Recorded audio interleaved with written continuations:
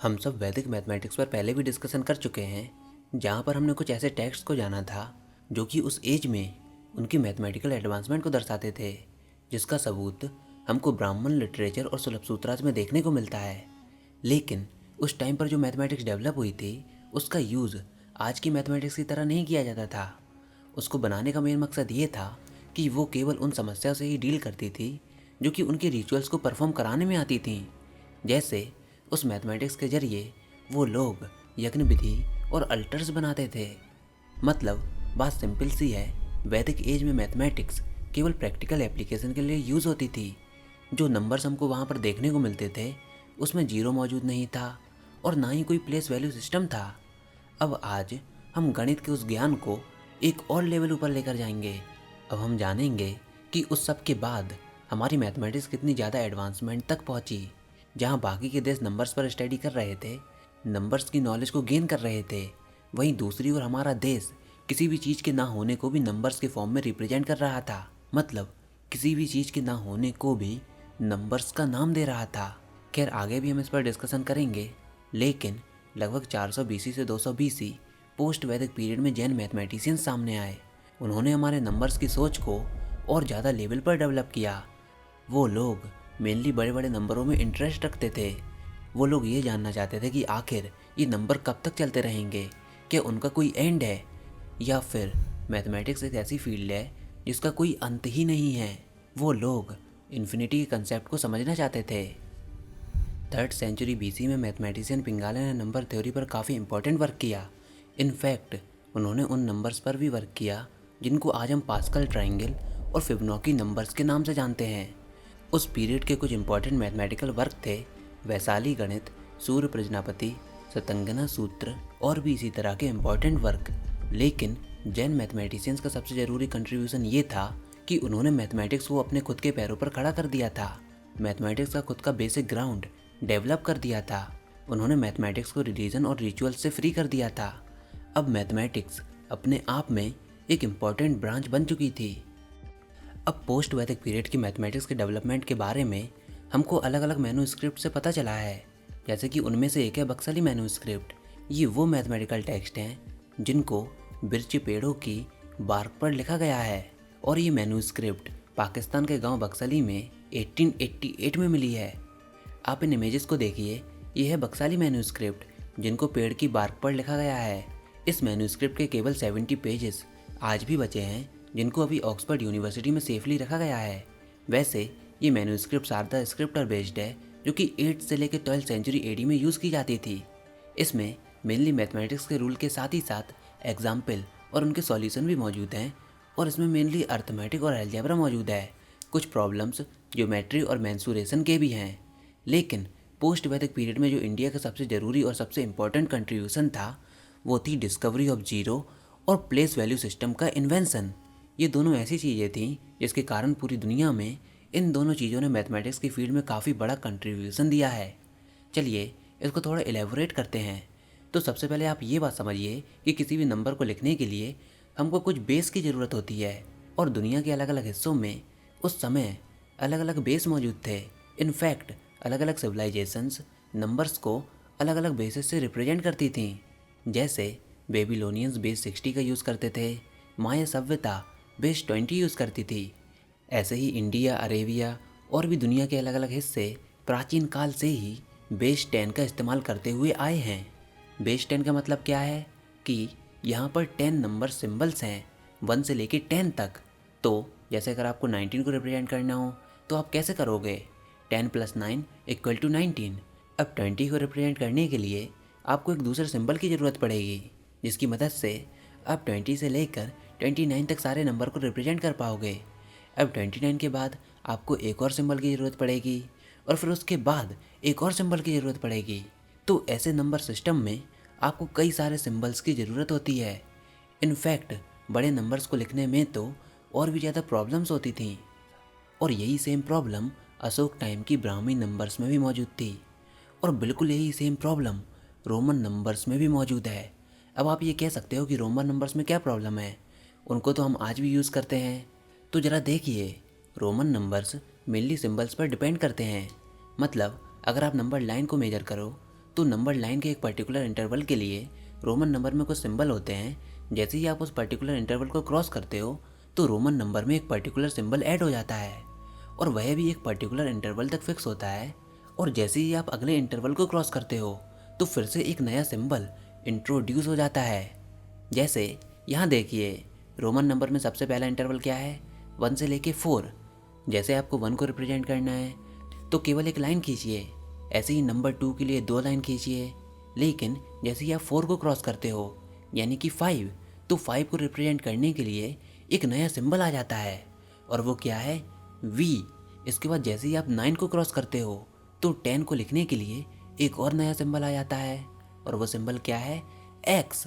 ऐसे ही 50 के लिए L, 100 के लिए C। तो आप खुद ही देखिए कि यह सिंबल्स एक पर्टिकुलर इंटरवल तक ही फिक्स हैं। इंटरवल को आप क्रॉस करोगे तो एक नया सिंबल ऐड हो जाएगा, एक नया सिंबल इंट्रोड्यूस हो जाएगा। अब ऐसे नंबर्स में आप ये महसूस करोगे कि ये काफ़ी डिफ़िकल्ट होते हैं। डिफ़िकल्टी से क्या मतलब है? डिफ़िकल्टी से मतलब ये है कि इनसे आप मैथमेटिक्स में कैलकुलेशन नहीं कर सकते और अगर आप कर भी लो तो वह कैलकुलेशन आपके लिए काफ़ी डिफ़िकल्ट साबित होगी। चलिए मैं आपको एक प्रॉब्लम देता हूँ। आप क्या कीजिए, 2 रोमन नंबर लीजिए, मान लीजिए 256 और 348। अब आप क्या कीजिए, सबसे पहले इन दोनों नंबर्स को रोमन नंबर में कन्वर्ट कीजिए और उनको आपस में मल्टीप्लाई कराइए। बस कंडीशन ये है कि मल्टीप्लाई आपको रोमन नंबर में ही कराने हैं। आप ऐसा नहीं कर सकते कि मल्टीप्लाई आपने नॉर्मल नंबर में ही कर दिया और जो उसका आंसर आया उसको रोमन नंबर में रिप्रेजेंट कर दिया। ऐसा नहीं करना है। आपको मल्टीप्लिकेशन के जितने भी स्टेप्स होते हैं वो सब रोमन नंबर में ही परफॉर्म कराने हैं। और जब आप ऐसा करोगे तो आपको ये रियलाइज़ होगा कि यह सिंपल दिखने वाली कैलकुलेशन हमारे लिए कितनी प्रॉब्लम क्रिएट कर रही है। और अगर मैं यही काम डिवाइड करने के लिए कहता तो आप खुद ही सोचिए कि उस कैलकुलेशन में हमको अपनी थिंकिंग प्रोसेस को कितना हाई लेवल तक ले जाना होगा। बचपन में हमको रोमन नंबर और ये चैप्टर सबसे आसान लगता था, लेकिन अगर कैलकुलेशन की बात हो तो आप एक बार खुद ही देखिएगा कि इसका क्या रिजल्ट आता है। लेकिन वहीं दूसरी ओर आप इस चीज़ को आज के टाइम से कंपेयर कीजिए। आज हम काफ़ी बड़े बड़े नंबर्स को अपने मन में ही सॉल्व कर लेते हैं, वो भी खाली 10 सिंबल्स की वजह से। और इसका पूरा क्रेडिट जाता है इंडिया को। इंडिया ही वो नेशन है जिसने पूरी दुनिया को गिनना सिखाया, काउंटिंग सिखाई। और ये इंडिया में हुई 2 इम्पोर्टेंट डिस्कवरी की वजह से संभव हो पाया, जिसमें से पहली डिस्कवरी थी हमारी ये सोच कि किसी भी चीज़ के ना होने को भी नंबर्स में रिप्रेजेंट किया जा सकता है और जो कुछ भी नहीं है वह भी एक नंबर है। जहाँ कुछ नहीं है वहाँ है शून्य। तो उस टाइम की सबसे इम्पोर्टेंट डिस्कवरी में से एक थी डिस्कवरी ऑफ जीरो और दूसरी इम्पोर्टेंट डिस्कवरी थी invention of place value system. चलिए इसको मैं एग्जांपल से समझाता हूँ। तो अगर मैं आपसे कहूँ कि 3905 को बनाइए, मतलब इस नंबर को कंस्ट्रक्ट कीजिए, तो आप कैसे करोगे? मतलब 3905 को आप कैसे लिखोगे? तो स्क्रीन पर देखिए, इसको ऐसे लिखा जाएगा 3 इंटू 10 की पावर 3 प्लस 9 इंटू 10 की पावर 2 प्लस 0 इंटू 10 की पावर 1 प्लस 5 इंटू 10 की पावर 0। तो देखिए 3905 एक काफ़ी बड़ा नंबर है, लेकिन केवल 1 से लेकर 10 तक जितने भी नंबर्स थे उन बेसिक नंबर से ही हमने इतने बड़े नंबर को बना दिया। इसी तरह आप काफ़ी बड़े बड़े नंबर्स को भी रिप्रेजेंट कर सकते हो और बेसिकली यहाँ पर हमने 10 की पावर का यूज़ किया है नंबर को रिप्रेजेंट करने में। और 10 की पावर क्या होगी वो इस चीज़ पर डिपेंड करती है कि डिजिट किस प्लेस पर किस प्लेस वैल्यू सिस्टम में लिखी हुई है।